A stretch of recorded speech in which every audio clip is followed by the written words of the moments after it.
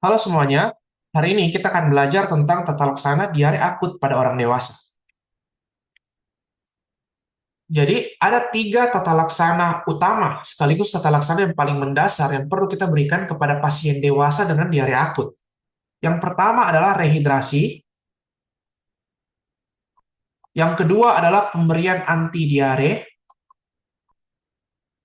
dan yang ketiga adalah pemberian antimikroba. Jadi, tiga ini merupakan tata laksana mendasar yang perlu kita berikan kepada pasien dewasa dengan diare akut.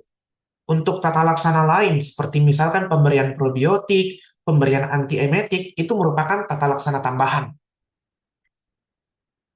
Pertama, kita mulai dari rehidrasi. Jadi, rehidrasi ini merupakan upaya untuk mengganti cairan tubuh yang hilang karena diare. Pada kondisi diare kan terjadi BAB secara terus-menerus. Itu akan menyebabkan tubuh menjadi kehilangan banyak cairan. Sehingga kita perlu mengganti cairan tubuh dengan melakukan rehidrasi. Metode rehidrasi ini itu bergantung dari kondisi klinis pasien. Pasien dengan dehidrasi ringan sedang, itu kita lakukan rehidrasi secara oral. Biasanya kita berikan pasien oralit. Sedangkan pasien dengan dehidrasi berat, biasanya kita lakukan rehidrasi secara IV atau secara intravena. Jadi biasanya kita berikan pemasangan infus, kita masukkan cairan isotonis. Seperti Ringer Lactat, salah satu contohnya. Jadi pada tahapan rehidrasi ini, penting untuk mengetahui derajat dehidrasi pasien, apakah ringan, sedang, ataupun berat.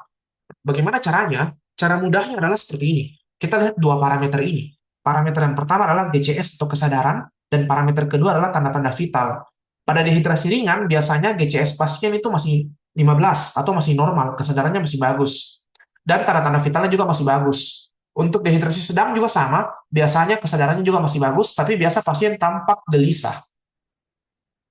Dan untuk tanda-tanda vital, biasanya pasien mengalami takikardi atau peningkatan denyut jantung atau denyut nadi lebih dari 100 kali per menit.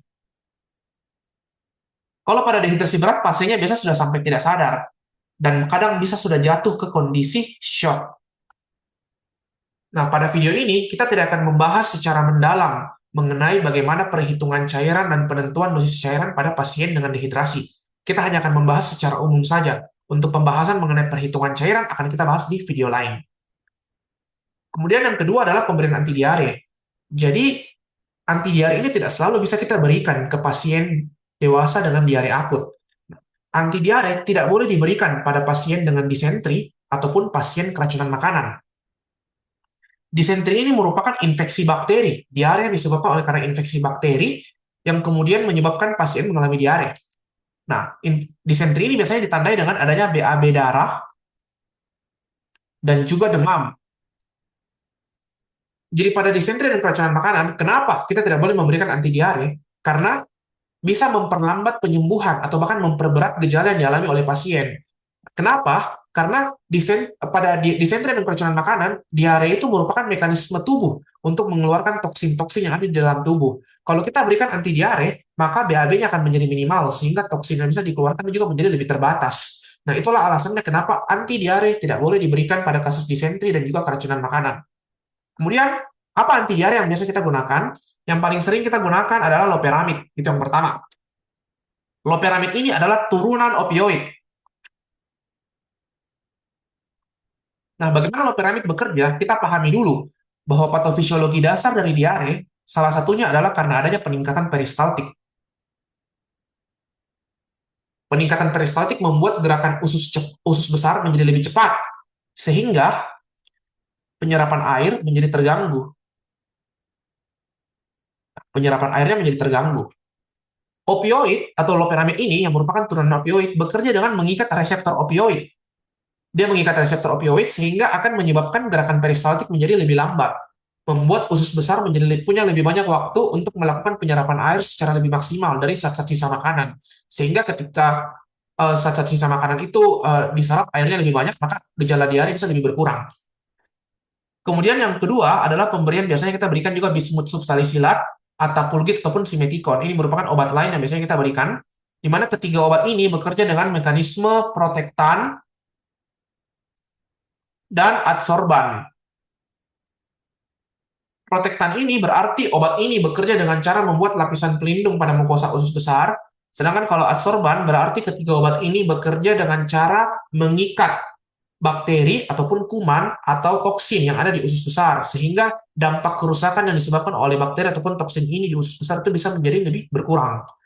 Nah, perlu diingat bahwa bismut subsalicylate ini tidak boleh diberikan pada pasien HIV karena bisa menyebabkan terjadinya ensefalopati.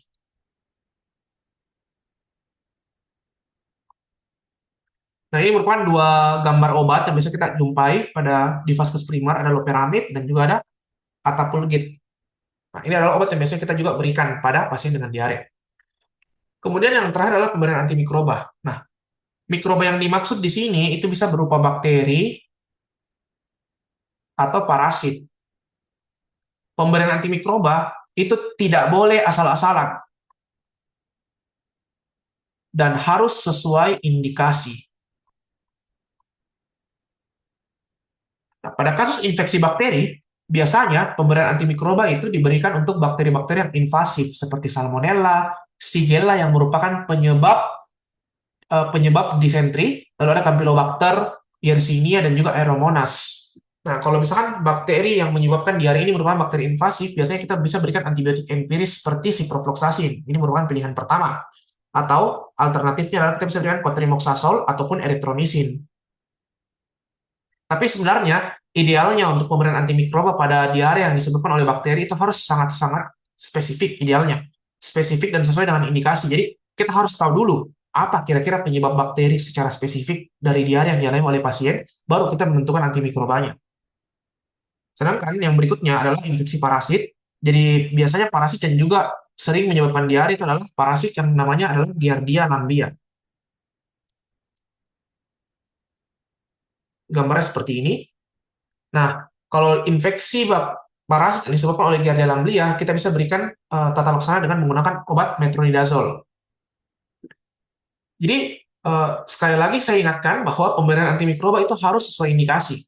Misalkan, ada juga pasien IMS, seperti oleh karena sifilis, mengalami diare, ya maka kita harus memberikan antimikroba yang membunuh kuman sifilis ini.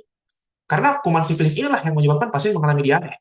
Atau pasien yang mengalami Vibrio cholera, yang terinfeksi oleh bakteri Vibrio cholera, atau pasien-pasien yang mengalami travelers diare, yang biasanya diakibatkan oleh karena bakteri E. coli. Nah, pilihan antimikrobanya itu harus spesifik dan sesuai dengan apa agen infeksi penyebab diare yang dialami oleh pasien. Nah, cuman pada video ini ya sekali lagi kita hanya membahas secara umum dulu. Untuk pembahasan secara lebih mendetail terkait dengan infeksi-infeksi bakteri-bakteri spesifik yang sering menyebabkan diare itu akan kita bahas di video lain. Oke, mungkin sekian video kali ini. Semoga videonya bermanfaat dan kalau ada pertanyaan boleh ditinggalkan di kolom komentar. Sekian dan terima kasih.